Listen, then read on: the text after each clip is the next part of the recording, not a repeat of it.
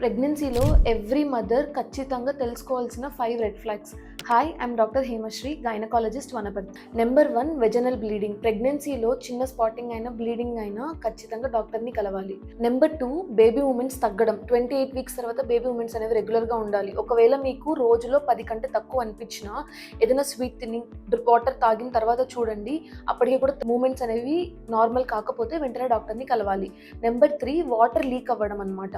అంటే ఉమ్మునీరు అనేది ప్రెగ్నెన్సీలో సడన్గా మీరు ఏదైనా పని చేస్తున్నప్పుడు సడన్గా కింద వాటర్ లీక్ అయినట్టు అనిపిస్తే వెంటనే డాక్టర్ని కలవాలి.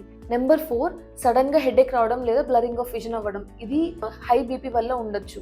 నెంబర్ 5, సడన్గా కడుపులో నొప్పి రావడం, పురిటి నొప్పుల్లాగా రావడం కానీ, ఎవ్రీ అవర్కి పెయిన్ ఇంటెన్సిటీ అనేది పెరగడం కానీ, ఇలా ఎలాంటి వార్నింగ్ సైన్స్ ఉన్నా వెంటనే డాక్టర్ని కలవాలి. Thank you. యువర్స్ శ్రీ.